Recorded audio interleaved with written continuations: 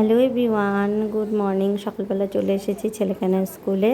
আমি আর ওর বাবা দুজনে এসেছিলাম। ছেলের এক্সাম স্টার্ট হলো আজকের থেকে।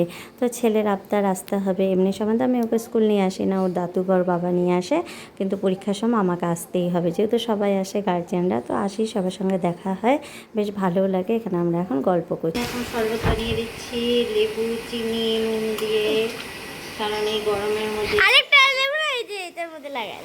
আচ্ছা, তো এই যে পিকুকে শরবত বানিয়ে দিচ্ছি লেবু দিয়ে। পিকু এটা খেতে খুব পছন্দ করে।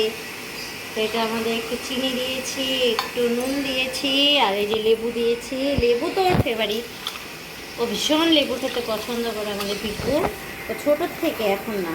তো এই যে ওকে একটু শরবত বানিয়ে দিচ্ছি। আচ্ছা, তো মাই রান্নাবান্না করে ফেলেছে, তা একদম কাজকর্ম তাড়াতাড়ি হয়ে গেছে।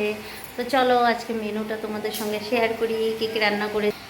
তো আমিও জানি না ঠিক কী কী রান্না করেছে। এখানে করেছে আলু দিয়ে করলা দিয়ে চোখা, এখানে করেছে শাক, কলমি শাক, এখানে হচ্ছে বোয়াল মাছ ছিল, বোয়াল মাছের রসা, এখানে হয়েছে ডাল, এটা মানে কুয়াশ দিয়ে করেছে ডাল, আর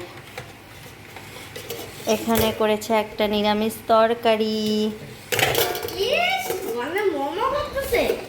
আর এখানে করেছে চিংড়ি চিংড়ি মাছ, আর এখানে দু রকমের ভাত, একটা ব্রাউন আর একটা হোয়াইট।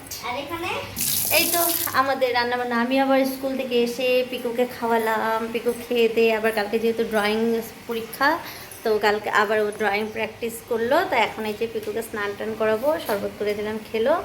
তারপরে এই যে এখন স্নান দান করে আমার অনেকগুলো জামা কাপড় জমে গেছে, ওগুলো কাচতে হবে। তো চলো ভিডিওটা এখানে রাখছি। সবাই ভালো থেকো, সুস্থ থেকো, টাটা।